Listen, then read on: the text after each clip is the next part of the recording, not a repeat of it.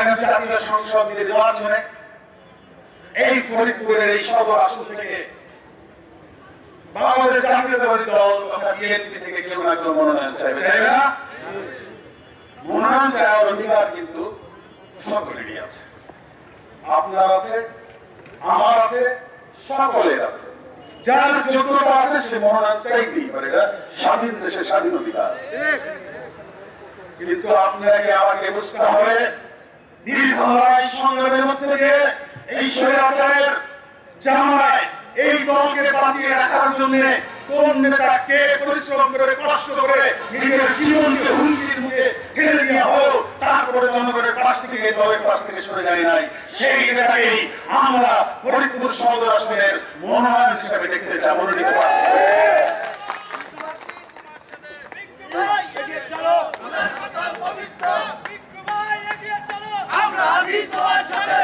একটি নির্বাচন যখন সামনে আসে তখন অনেক সুবিধাবাদী চরিত্র কিন্তু সামনে এসে অনেক বড় বড় কথা বলে।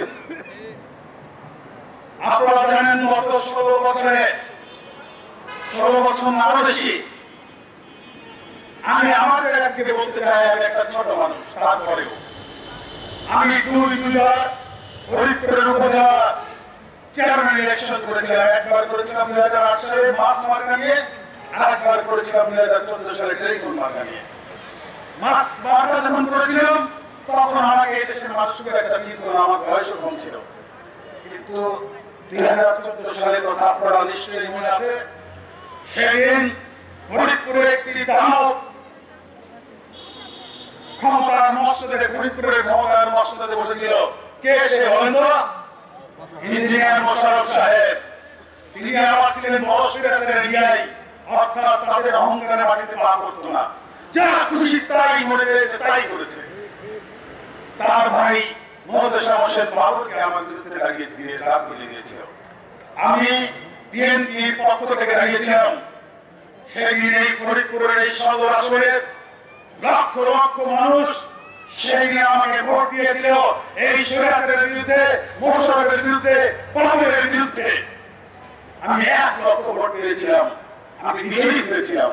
কিন্তু সেই দিন তারা ক্ষমতার দাপট দেখিয়ে তারা আমার ভোটটাকে অস্বীকার করে ওই চেয়ারটাকে তারা দখল করেছিল, আমাকে তারা দেয়নি।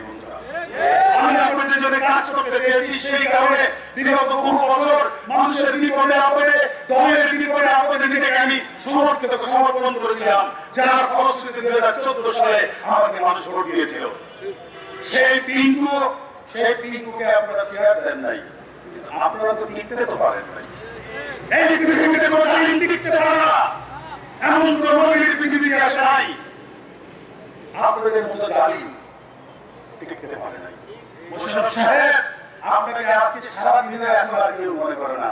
মিস্টার বাবর, আপনি ভোট চুরি করেছেন, ঢাকার উপজেলার চেয়ারে বসেছিলেন, পিঙ্কুর ভোট, এদেশের গণমানুষের ভোট, আপনার নামও কিন্তু কেউ নেয় না। আপনি এখন পাগলা করে আপনাকে নাকি রাখতে হয়, জেলখানার মধ্যে আপনাকে নাকি মানুষকে খাইয়ে দিতে হয়েছে, আপনারা কিন্তু হাত বন্ধ হয়ে গিয়েছে। দুঃখ লাগে, কষ্ট লাগে, মানুষের পঙ্গুত্ব তো কখনোই আশা করি না, আপনাদের তো করি না, কিন্তু আপনাদের কর্মের ফল আপনারা পেয়েছেন। এখানকে এই শহরের এই দেশের শিক্ষা লাভ করা দরকার আছে। কখনোই কোন ক্ষমতা অপব্যবহার করে সেটা কখনোই চিরস্থায়ী হয় না। বন্ধুরা,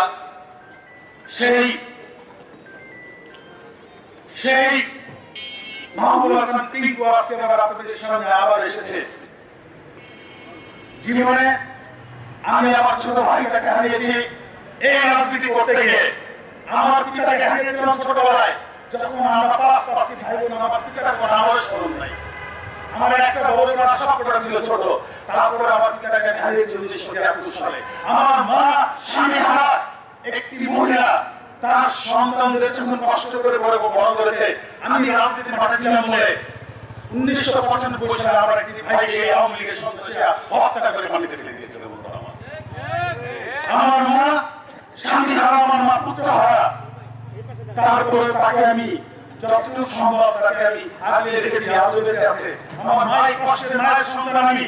তারপর থেকে আজ পর্যন্ত এমন কোন অন্যায়, অনাচার, অবিচার কিংবা দুর্নীতি করি নাই রাজনীতির মাঠে যেখানে আমার নামে একটা দোষ উঠিয়ে ফরিদপুরের মানুষের সামনে হাজির করা যায়। তাহলে নিশ্চয়ই আমার হক আছে।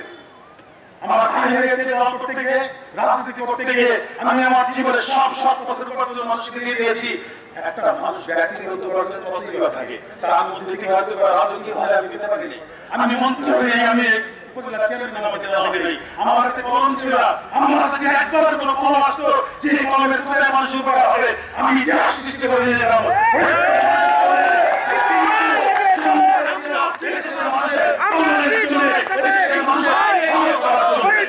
আমি এখনো চেষ্টা করে চলেছি, আপনাদের কাছে আবার দ্বারস্থ হয়েছি যে মানুষের জীবনে কিন্তু বেশি দিন বাঁচে না। আমি কালকে বাঁচবো এরকম কোনো নিশ্চয়তা নেই, তবু আল্লাহ তাআলা এই পর্যন্ত এনেছে। তবুও যদি একটা সুযোগ যদি মহান সৃষ্টিকর্তা আমাকে দেয়, সেটা হচ্ছে যে আপনারা আমাকে একবারের জন্য আপনারা একটি দায়িত্ব আমাকে আপনারা দিলে আমি আপনাদের জন্য কাজ করার জন্য আমি প্রস্তুত হয়ে আছি।